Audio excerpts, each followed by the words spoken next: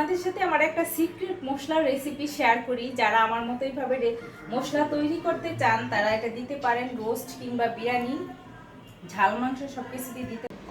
এগুলি এখন এই যে সব দিয়ে দিচ্ছি এটার মধ্যে। মরিচ আর এগুলো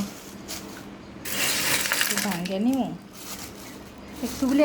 আমি এখানে অনেক মশলা নিয়েছি। এখানে আসলে বেশি মশলা একসঙ্গে নিতে হয় না, অল্প অল্প করে যদি কয়েক আইটেম নেওয়া হয় সেটা অনেকটি হয়ে যায়। দেখেন এখানে আমি যদি দেখাও, এটা জয়ফলটা ভাঙতে হবে।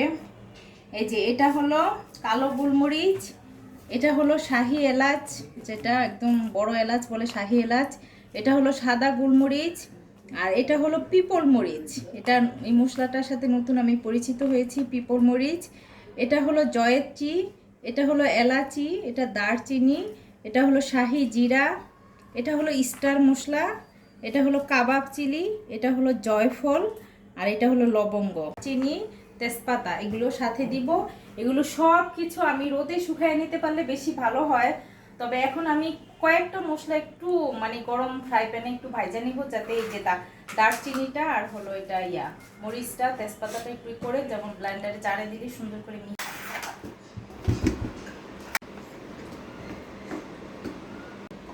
এগুলি এখন এই যে সব দিয়ে দিচ্ছি এটার মধ্যে।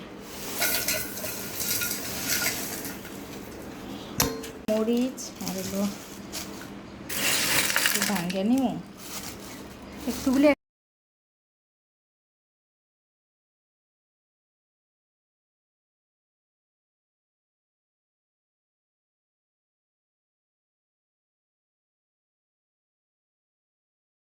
এই যে এরকম যে মিহি হয়েছে, মানুষ এগুলি এইভাবেই খাইতো, কিন্তু আমি আরও একটু মিহি করার জন্য এই যে এখানে একটু দিয়েছি, আর একটু যাতে মিহি ভালো হয় সেজন্য। একটু দানা দানা থাকলে এটা আবার তরকারির ঝোলটা তখন ঘন হয়ে যায়, তখন খাইতে ভালো লাগে না।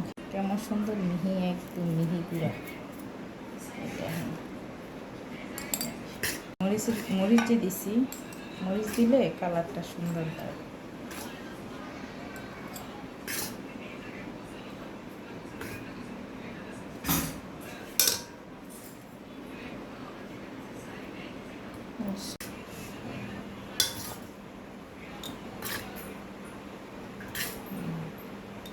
এই যে এরকম যে মিহি হয়েছে, মানুষ এগুলি এইভাবেই খাইতো, কিন্তু আমি আরও একটু মিহি করার জন্য এই যে এখানে একটু দিয়েছি, আর একটু যাতে মিহি ভালো হয় সেজন্য। একটু দানা দানা থাকলে এটা আবার তরকারির ঝোলটা তখন ঘন হয়ে যায়, তখন খাইতে ভালো লাগে না। মরিচ যে দিছি, মরিচ দিলে কালারটা সুন্দর হয়।